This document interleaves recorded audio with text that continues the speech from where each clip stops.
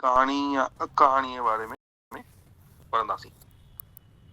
नई कहानी ऐं अकहाणी जो दौर 1975 खां 1985 ताईं मञियो वियो आहे। नई कहाणी छा आहे, हुन में को शक कोन्हे त नई कहाणी या नई कहाणी जे नाले हेठि जंहिं अदब जी तख़लीक़ थी रही आहे उहो सिर्फ़ु शिल्प या टेक्निक जे नए प्रयोग जो ई नतीजो कोन्हे ऐं नए जो इज़हार सिर्फ़ु इज़हार जी नवार ताईं महदूद आहे। पर हक़ीक़त इहा आहे त जॾहिं जीवन खे सम्झण ऐं ॾिसण जो नज़रियो बदिलजे थो या जॾहिं नए सच जी खोज कजे थी त इज़हार जो नई कहाणी ज़िंदगी खे ॾिसण जी कोशिश आहे।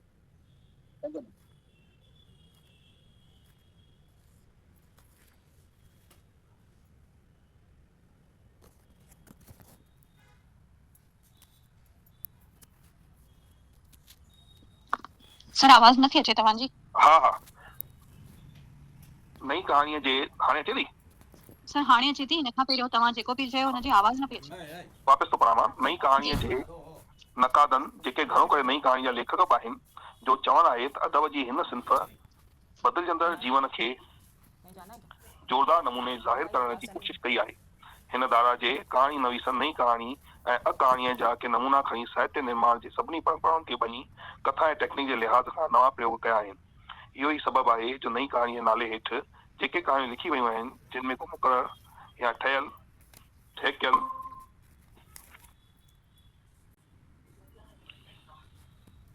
ठहिकियल कहाणी कोन्हे, उहे कहाणीअ भॼंदड़ कलाम पलनि या घड़ियुनि खे बयानु कनि थियूं। ही मां हिनजी थोरी स्टडी करे पढ़ी ॿुधायोमांव।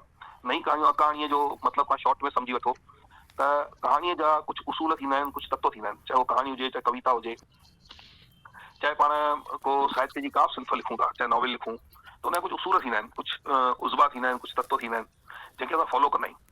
जीअं त एग्ज़ाम्पल तौर का कहाणी लिखी हुजे त को प्लॉट हुअणु खपे, का घटना हुअणु खपे, ठीकु आहे। पर नई कहाणी लेखकनि जो जेको वीचार आहे, उन्हनि जी जेकी सोच आहे, उहा ॾाढी बदिलजी चुकी आहे। इन करे हिनखे नई कहाणी या घणी राइटर अकहाणी बि चवंदा आहिनि। अकहाणी जो मतिलबु थींदो आहे जेकी कहाणी न हुजे, ठीकु आहे न। त हिन में छा आहे, साहित्य जा जेके उसूल आहिनि, जीअं प्लॉट हुअणु खपे, का स्टोरी हुअणु खपे, को उदाहरण हुअणु खपनि, त अकहाणीअ में राइटरनि इन्हनि सभिनी खे दरकिनार करे छॾियो आहे। उहा कहाणी कीअं थी शुरू थिए, किथां थी शुरू थिए, किथे थी ख़तमु थिए, इहो सम्झ में न ईंदो आहे। हिनखे हिननि चयो आहे नई कहाणी या अकहाणी। हाणे हिन जी छो ज़रूरत आहे, छा शइ आहे इहा नई कहाणी? कई दफ़ा अहिड़ी का फिल्म ॾिठी हूंदी जेका कंहिं न कंहिं मुद्दे ते त थींदी आहे, पर उहा शुरूआति किथां थींदी आहे, किथां ख़तमु थींदी आहे, उहो सम्झ में न ईंदी आहे। अक्सर तव्हां इहो ॾिठो हूंदो, मतिलबु उन कहाणी जो एंड न थींदो आहे।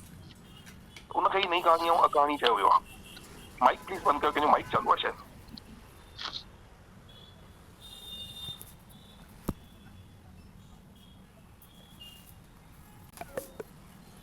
नई कहाणी कंहिं ख़ासि मन स्थितीअ जे इज़हार सबबु चरम सीमा रहे था।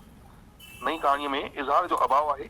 उन में मक़बूल फॉर्म, मसनई ॿोली, वातरती प्लाट जी रवायत, मञताउनि जो गैर मौजूदगी आहे। वही ॻाल्हि मां चईमांव, भई हिन में को फॉर्म कोन्हे, का ॿोली कोन्हे, को प्लॉट कोन्हे, के किरदार कोन्हनि। नई कहाणी में के कथा, के स्टोरीअ जी बि अभाव आहे। नई कहाणीअ लेखक प्लॉट खे अहमियत नथो ॾिए, कथा जे अवसर खे गैर ज़रूरी थो सम्झे, हुन जे में विषय ऐं टेक्निक जी बराबरि नवार आहे। नई कहाणी भोगियल ज़िंदगीअ जो इज़हार आहे, जिते भोगियल ज़िंदगी सामाजिक हवाले में ठहिकी आहे ऐं उते ज़ाहिर कयल जीवन चेतना वधीक वसीअ ऐं गहरी बणिजी वई आहे। नई कहाणीअ में मोस्टली जेके कहाणी लिखी वियूं आहिनि नई कहाणीअ में, उहे आहिनि ज़िंदगीअ जो असली तजुर्बो, या ईअं चइजे त जेको राइटर भोगियो हुजे या जेको राइटर सां थी गुज़रियो हुजे, उनखे हुन पंहिंजे कलमबद्ध कयो आहे, त उनखे हुन नई कहाणी जो नालो ॾिनो आहे। त उन में न के प्लॉट जी ज़रूरत आहे, न के का कहाणी जी ज़रूरत आहे। जेको हुन सां गुज़रियो ऐं जेको हुन भोगियो, हुन कलमबद्ध कयो, उनखे नई कहाणी जो नालो ॾिनो। नई कहाणी लेखकनि रूमानवादी सोच ते सवाल उठाईंदे चयो त इन वीचारधारा जे कहाणी नवीसनि द्वारा रुॻो मन जे ऊंदाहिनि जी खोज बेमानी आहे। कहाणी जो मूल मक़सदु हुअणु घुरिजे शख़्स ऐं संदसि हालत बाबति मुकमल सच ॼाणणु। इन हालत जो बयानु कंदे श्याम जयसिंघानी चवे थो, अॼु आदर्श वटां का बि पुल ज़िंदगीअ जे यथार्थ ऐं पेचीदगियुनि खां पार पवण लाइ कान्हे। ज़लील पुलियूं आहिनि, खाई आहे, कहाणीअ जो जनमु हिकु मजबूरी आहे। मोंझ भरियल टुटल आदर्श, रख थींदियूं जरूं ऐं फैलाव, ऐं मथां जीवन जो किरो यथार्थ, मुहबम ऐं पेचीदा मुंडा लफ़्ज़ ऐं ज़िंदगीअ जे मौत जी मिलावट।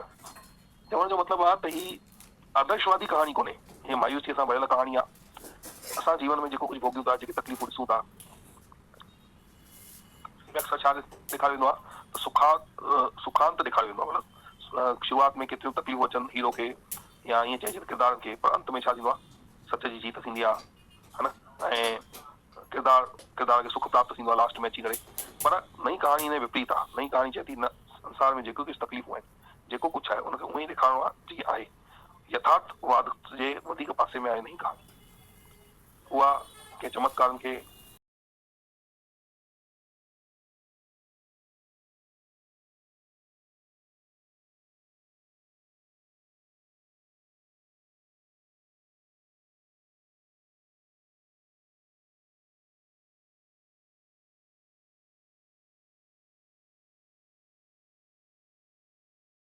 कहाणीअ बारे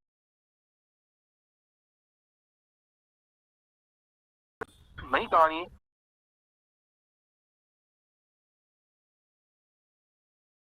कहाणी आहे। असां जीवन में जेको कुझु भोॻियूं था, जेके तकलीफ़ूं ॾिसूं था,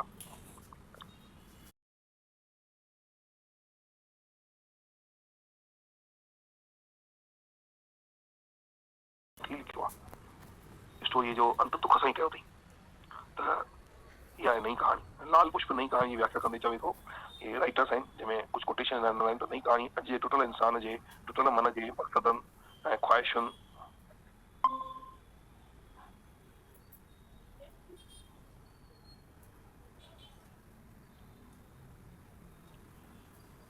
टुटल मक़सदनि ऐं ख्वाहिश जो टुटल लफ़्ज़नि ऐं टुटल इज़हार आहे।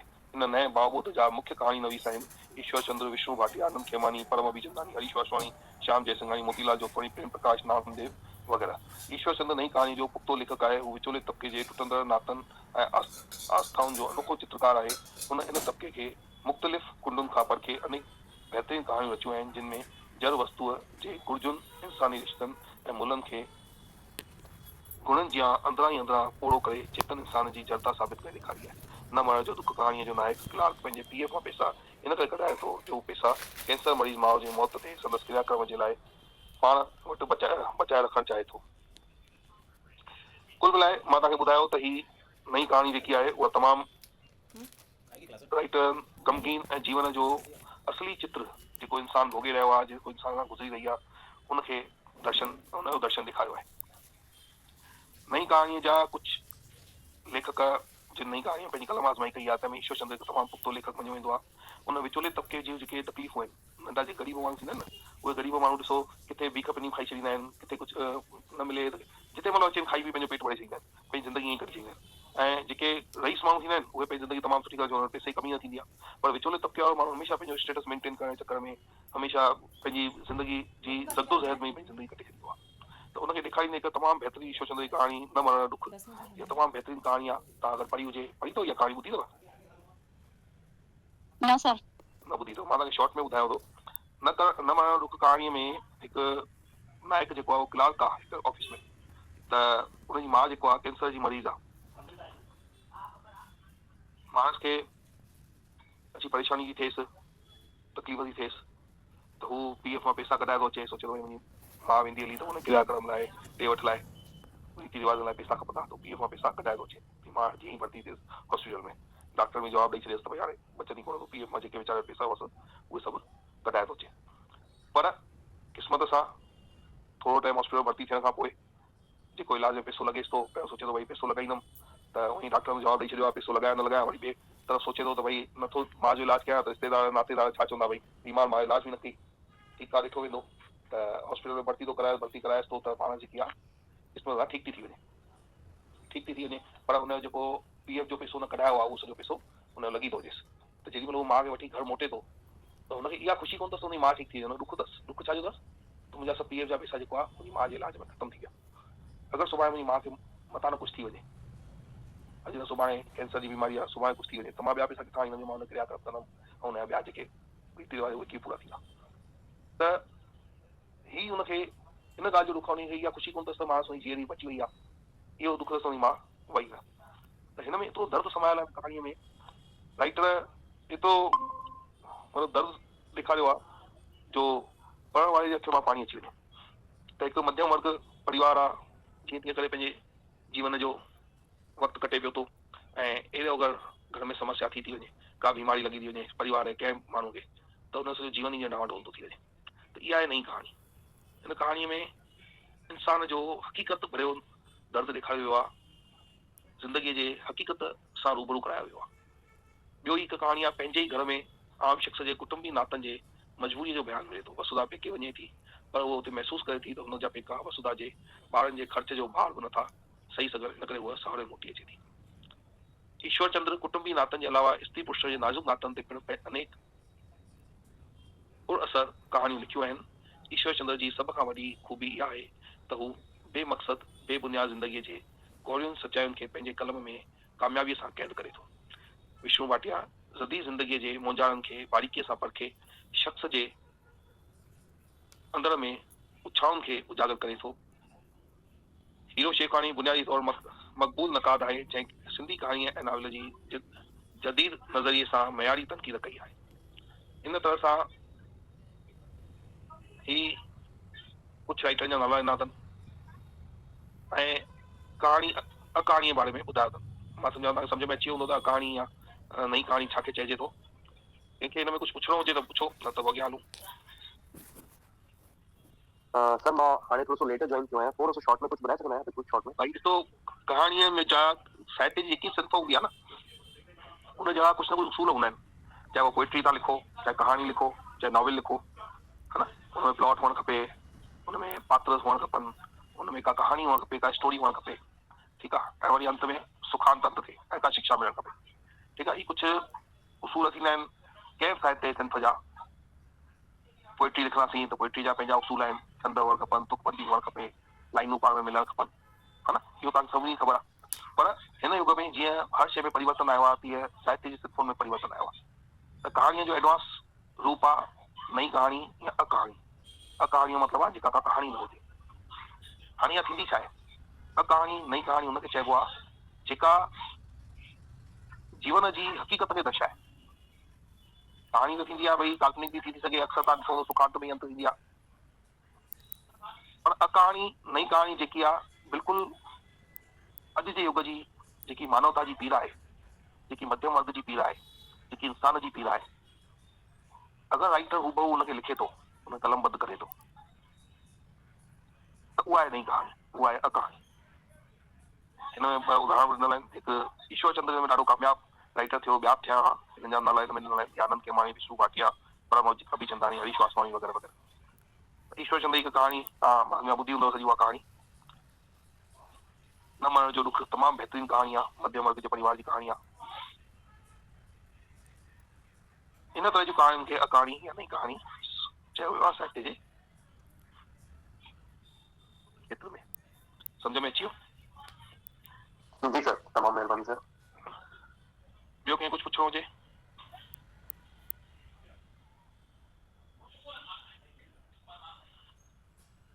ॿियो कंहिं कुझु पुछिणो हुजे हिन में? सर इन में हिकु तरह सां ईअं थियो कि जीवन जा घणेई पहलू आहिनि, पर हुन में हिकु कोई अहिड़ो पहलू खणी करे उन जे बारे में भई तव्हां जेको बि लिखो न, भई जेको तव्हांजे जीवन सां घटिजो आहे, हुनमें ज़रूरी न आहे हुन अंत सुखांत थी थिए, ठीकु आहे न। त उहा आहे शइ भई अकहाणी। जीअं तव्हां अॼुकल्ह आसपास जे जीवन में तव्हां ॾिसंदा हूंदा भई के बुज़ुर्ग आहिनि, ॿार हुनखे घर मां कढी था छॾनि, ठीकु आहे, त पोइ वीचारा बुज़ुर्ग आहिनि। जीअं तव्हां बाग़बान फिल्म ॾिठी, ठीकु आहे, पर बाग़बान फिल्म में छा आहे कि अकहाणी कोन चवंदासीं। अंत में छा थियो, जेको बुज़ुर्ग हुआ अमिताभ बच्चन ऐं इहे, त हुननि छा आहे किताब लिखियो, किताब ॾाढो फेमस थी वियो, हुनखे जाम पैसा मिलिया, ॿार पोइ पैसे करे वापसि अची विया। त इहो त थियो सुखांत। इहो एक्चुअल कहाणी जेके असां ताईं ॿुधंदा आहियूं त भई सुठे सां गॾु सुठो थींदो आहे, भले सां गॾु भलो थींदो आहे, सचाई हमेशह जीत थींदी आहे।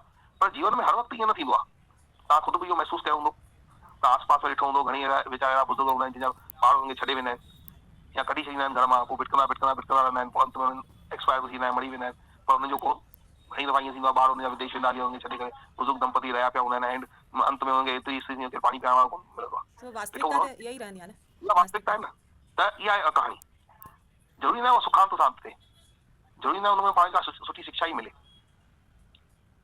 ही जीवन जी हक़ीक़त थी सघे, जीवन जी सच्चाई थी सघे। जीअं मां न मरण दुख तव्हांखे कहाणी ॿुधाई, हाणे हुन मां कहिड़ी शिक्षा मिली ॿुधायो? पर उहा छा आहे, जीवन जी हक़ीक़त सां तव्हांखे रूबरू थिया था। हिन कहाणी पढ़ण सां तव्हां जीवन जी हिकु हक़ीक़त सां रूबरू थिया ऐं तव्हां आसपास में अहिड़ियूं घणी घटनाऊं ॾिसंदा हूंदा, महसूसु कंदा हूंदा त जीवन में घणी दफ़ा थींदो आहे।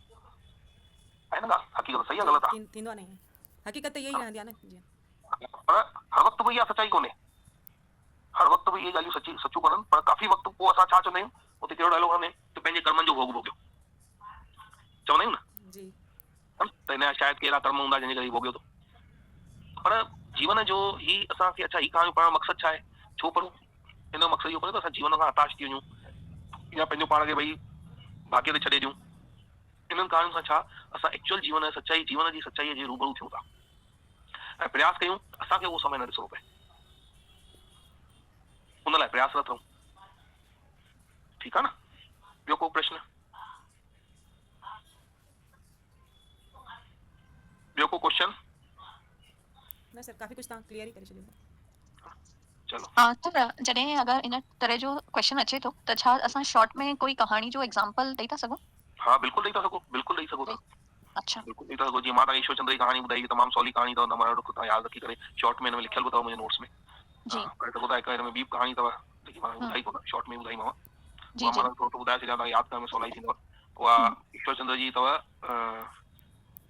कहिड़ा भई पंहिंजे ई घर में, पंहिंजे ई घर में पंहिंजे ई घर में पंहिंजे ई घर तमामु बहितरीन कहाणी आहे, इन कहाणी में बि इहो ॾेखारियो आहे त भई जेकी वसुधा आहे कैरेक्टर आहे जेका पंहिंजे मूंखे प्योरली ध्यानु कोन्हे हिन छा घटि जो कुल मिलाए शायदि विधवा थी वई या छा, त हिन सोचियो त भई हाणे सावरनि में त सुख मिलंदो कोन, त हीअ पंहिंजे पेकनि में अची वई, पर पेकनि में अची त पेकनि में हिनखे इहो अहसासु थियो, घणी अहिड़ियूं घटनाऊं घटिजियूं, हिनखे इहो अहसासु थियो त मुंहिंजा पेका जेको आहे मुंहिंजे ॿारनि जो ख़र्च बि कोन था वहन करे सघनि, उन्हनि खे उहो बि जेको मुंहिंजे ॿारनि जो ख़र्च आहे उहो तमामु भारी थो पए, त हीअ आख़िर हिन ॻाल्हि खे सम्झी वई त भई जेको आहे शादी खां पोइ पेका पंहिंजो घर न थींदा आहिनि, सावरा ई पंहिंजो घर थींदा आहिनि, वापसि पंहिंजे सावरनि में वञी थी हली, त इहा जीवन जी हक़ीक़त आहे, तव्हां इहा ॻाल्हि महसूसु कई हूंदी, जेॾीमहिल छोकिरी शादी करे वेंदी हली आहे त पोइ वापसि पंहिंजे घर पेकनि में वेंदी आहे त 2-4 ॾींहं सुहंदी आहे, अगरि महीनो रही थी वञे भाॼियुनि जे वक़्तनि में खटकंदी आहे न हक़ीक़त, सही थो चवां ग़लति थो चवां, सही है न, इहो तव्हां सभिनी महसूसु कयो हूंदो, ऐं उहा ई कंडीशन वरी तव्हां सां थींदी हूंदी, तव्हां कंहिंजूं भाॼियूं हूंदियूं, तव्हां कंहिंजे तव्हांजी निरान अची वई त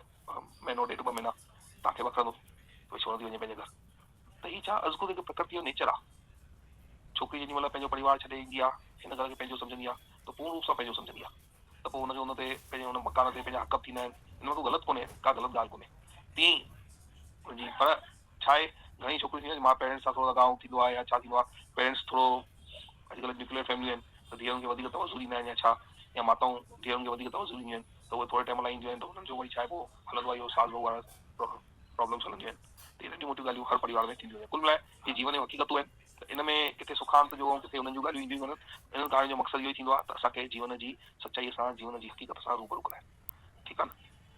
ॿियो कुझु हिन कुझु सर जीअं कलात्मक फिल्मूं ठहंदियूं हुयूं हा कलात्मक थी सघो था, कलात्मक फिल्मूं में बि हा अहिड़ियूं घणी फिल्मूं ठहियल आहिनि जंहिंजो मतिलबु मक़सदु कुझु कोन थींदो आहे, ख़ासि करे दूरदर्शन ते ठहंदियूं आहिनि, जीअं ड्रग एडिक्ट खां बचाइण लाइ कहिड़ी फिल्मूं लघु फिल्मूं ठही वेंदियूं आहिनि, है न, जंहिंजो मक़सदु इहो थींदो आहे त समाज खे ड्रग जी आदत खां छॾाइण लाइ, बीमारी खां बचाइण लाइ, ठीकु आहे, त हुन खां स्टोरी कोन थींदी आहे, कुझु कोन थींदो आहे, जीअं तव्हां फिल्म में वेंदा हूंदा फिल्म अगरि ॾिसण त हुन खां अॻु तंबाकू खाइण वारनि जा शिकिलूं ॾेखारींदा आहिनि, हुनमें फलाणी भई लेडी आहे हीअ सुखी हुई, वो तंबाकू खाईंदा, पोइ जबड़ा कटिजी वियसि, त उनमें का स्टोरी त हूंदी कोन्हे, लघु फिल्म टाइप हूंदी आहे बसि, पर हुन जो मक़सदु इहो हूंदो आहे समाज खे बुराई खां बचाइण लाइ, ठीकु आहे न, इन टाइप जो। ॿियो कुझु, ॿियो को सवाल,